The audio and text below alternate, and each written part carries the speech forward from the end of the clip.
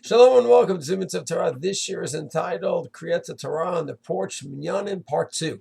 In the first shiur, we mentioned Rav Asher Weiss that he is not happy with the idea of having an aliyah from different porches. He's fine with the minyan. He's comfortable with the idea of the porch minyanim, and we rely on riyah, seeing each other as a way to combine each other. You don't need makom, as opposed to Rav Hershel Shepter Shlita, but Rav Yitzchak Yosef, he's fine. And he's comfortable saying the brachas of Chazon Hashatz. He's comfortable with the Bechas Kohanim. He's fine with the minyan, but he doesn't like the idea of aliyah l'Torah from another porch. He says aliyah l'Torah means you're coming up to the Torah, and he holds that is crucial.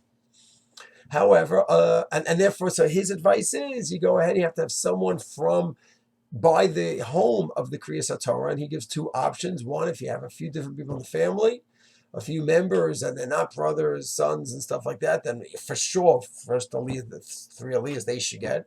If it's a father and two sons, then you have the ayin hara issue. So his advice is just have one person, the Bakari, just get every aliyah, which is mentioned in the Shulchan Aruch. It's not done, but it's according to the din, it's fine. That's his advice. Other poskim, Rav Sternbach, and others as well, maintain that, of course, aliyah l'Torah ideally means you're standing near the Torah, but it's not makif, it's not indispensable, and therefore you could call an aliyah for a person from another porch. And it's no worse than a blind person getting aliyah. He doesn't read in the Torah. So you're not reading in the Torah. You're not, at least a blind person standing near the Torah. So Rav Asher Weiss says, yes, standing is crucial. But the other poskim, Rishterba says no. Standing by the Torah is ideal, but not indispensable. And therefore, from another porch, he could get an aliyah. Another approach brought down is that really from the original Takana of the Gemara is that one person says the bracha from the beginning, and he says the bracha at the end. So some want to say, to avoid the question of different people getting aliyahs, and not the situation where one person gets the same aliyah, just have the original takana from the Gemara of one person has the same person, the oleh, says bracha at the beginning, he reads 7 aliyah, stops, and only has one aliyah, the bracha achrona, at the end of all the kriyas. It's another option as well. So you have several options. Rav Asher Weiss says you cannot have anyone from another porch. It has to be from that same porch, and therefore he says the same person just gets 7 aliyah, 6, 5, whatever aliyah there are.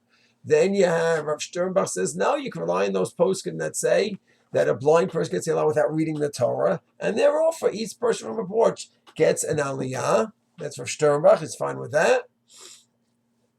Then if a family is not makbid on brothers getting aliyah one after another, not afraid of ayin hara, you might have the Aruch HaShulchan to rely on. Rav Asher Weiss chooses the same person getting aliyah than as opposed to the ayin hara situation.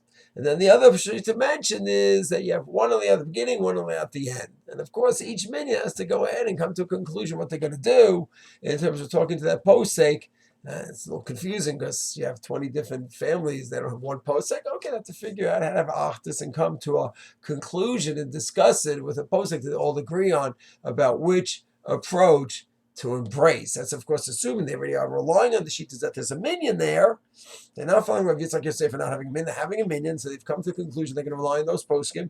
And now they have a minyan, so you have to figure out which approach to have to Kriat Hatorah once they're comfortable with bringing the Torah onto the porch, which we did not discuss yet, but once you're comfortable with having the Torah out there, then you have the various approaches that we mentioned. Shalom.